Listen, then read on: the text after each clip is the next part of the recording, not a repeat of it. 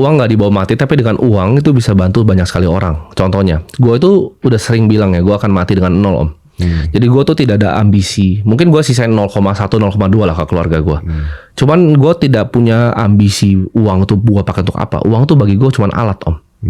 Gue nggak pernah terobsesi mau jadi orang nanti yang paling kaya, nggak. Gue cuma obsesinya adalah uang ini sebagai alat untuk gue melakukan tujuan gue tadi. Karena gue punya dendamnya di pendidikan kan. Gue pengen beresin. Kan dulu gue nggak pernah sempat nggak bisa bayar sekolah tuh. Harus jualan sedotan untuk bayar. Cerita tuh sama gue tuh.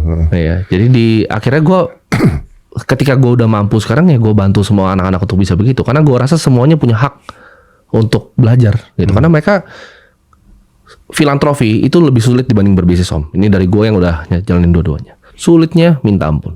Tapi kenapa lu kayak anjing kalau ngomongin orang? Contoh, kasih contoh. Gini, kan ada orang yang memberikan pendidikan tapi ngomongnya kalem. Oke.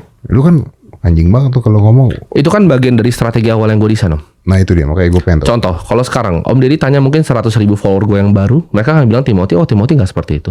Tapi itu kan shaping naratif. Itu gue bisa bikin seperti, lu nggak bisa judge aktor by apa yang kalian memang kira. No, I understand. Iya. Why you choose that? Kenapa saya pilih itu? Iya. Itu cara paling cepat di Indonesia. Kalau saya ngomong dengan nada yang seperti ini, saya ngomong dengan gaya yang bijaksana, tidak didengar Om. Udah pernah saya coba, kan dulu saya coba. Gila ya. Saya tuh baru muncul di permukaan tuh 2 tahun terakhir Om. Setelah ngegas. Karena itu memang saya desain, saya rancang, saya bikin, ada projectnya itu. Iya. Jadi apa tuh? Intinya orang kita tidak apa? Tidak, orang kita harus ditampar gitu. Orang kita harus keras. Karena mereka dari dulu ini kan antropologi juga kan. Satu makan beras sama makan gandum aja udah beda manusianya.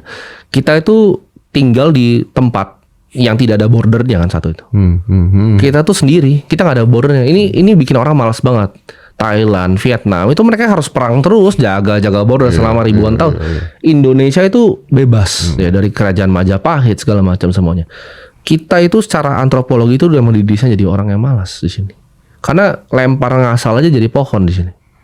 Kita nggak ada 4 musim, nggak pernah siapin apa-apa untuk winter. Iya, nggak pernah. Iya itu that makes sense. Jadi itu problemnya dari antropologinya. Jadi kalau gimana cara benerin Indonesia sulit sekali jawabannya. Sulitnya minta ampun.